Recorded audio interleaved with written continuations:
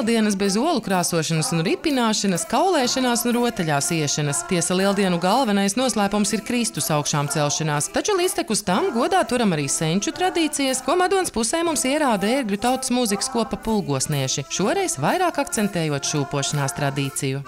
Šūpolītes izpušķojam, lai mēs varam lieldienās skaisti pašūpot, sveicināt visu. Jā. Dabu, kas mostās, kas lido.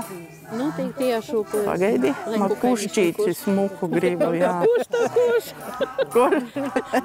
Kā koš, tā koš, tad pamaz šūpojas.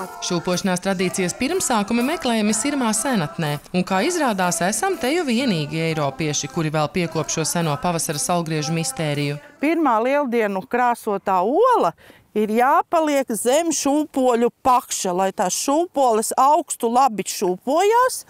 Un kāpēc ir šūpoles? Tāpēc, ka saulīte šūpojas.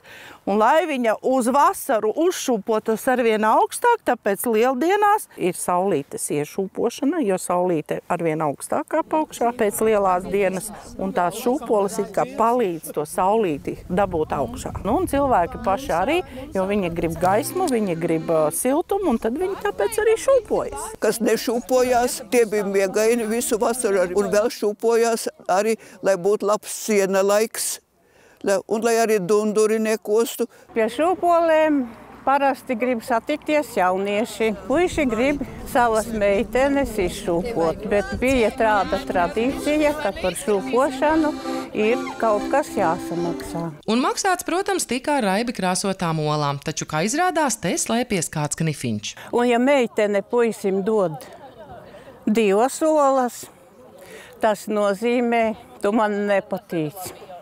Ja 3 olas, no tevis diez kas nav. Ja 4 olas, nu to mazliet jau man patīk. Varbūt satikšos ar tevi.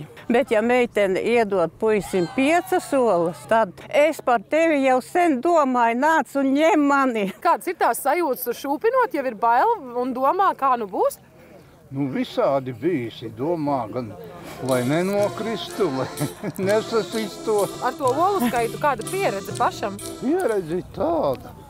Jo vairāk olu, jo labāk. Tāpat kā svētku, jo lieldienas, ko kristīgā pasaule svin 50 dienas līdz pat vasaras svētkiem, tautas tradīcijās tiek svinētas 3 dienas. Ir lielā diena, tas ir saulgrieži, tad, kad ir 20. marts, tad tas 3 dienas. Nu, šobrīd mēs arī esam savas tradīcijas pielīdzinājuši baznīcas tradīcijai, tāpēc mums iznāk lieldienas 2 reizes svinēt. Un kā jau tautas mūzikas kopai, allaž ar ciesmām, dejām un rotaļām. Folkloras materiālos mūsu pašu novadnieks Jurijāna Andrejs ir daudz pierakstījis gan melodijas, gan rotaļas, gan dziesmas ērgļu pusē. Un tieši rotaļa Nokū mani māmuliņu, ko visi zina un iet lieldienās, ir pierakstīta ērgļos. Nokū mani māmuliņa,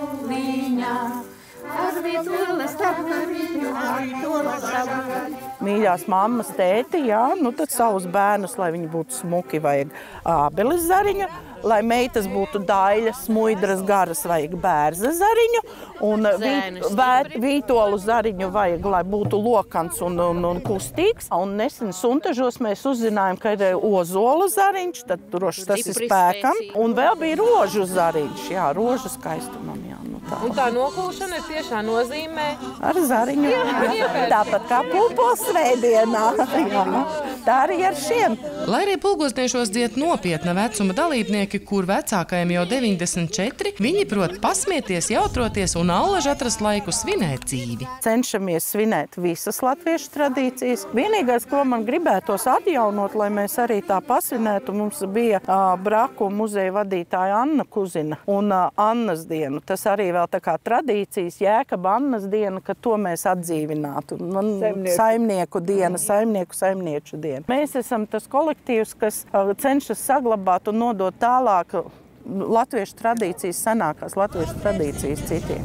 Parādīt, kādas viņas ir bijušas, lai neaizmirstās, lai arī pārējie zina. Te gan jāpiebilst, ka ērglēniešiem ir arī savi novērojumi, kas neallaž sakrīt ar tautas ticējumiem. Kā piemērs, lieldienu šūpoles pēc svētkiem esot jānojauc un jāsadedzina, pretējā gadījumā tiekot atstāta vieta, kur šūpoties raganām. Nu, šīs šūpoles stāv jau ļoti ilgus gadus. Vēl neviena ragana nav atšūpojusies.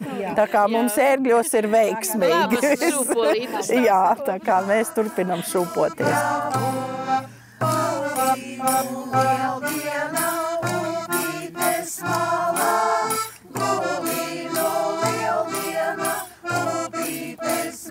Vēlot priecīgas un svētīgas lieldienas, Sandra Zariņa, Indra Skrieviņš, RTV.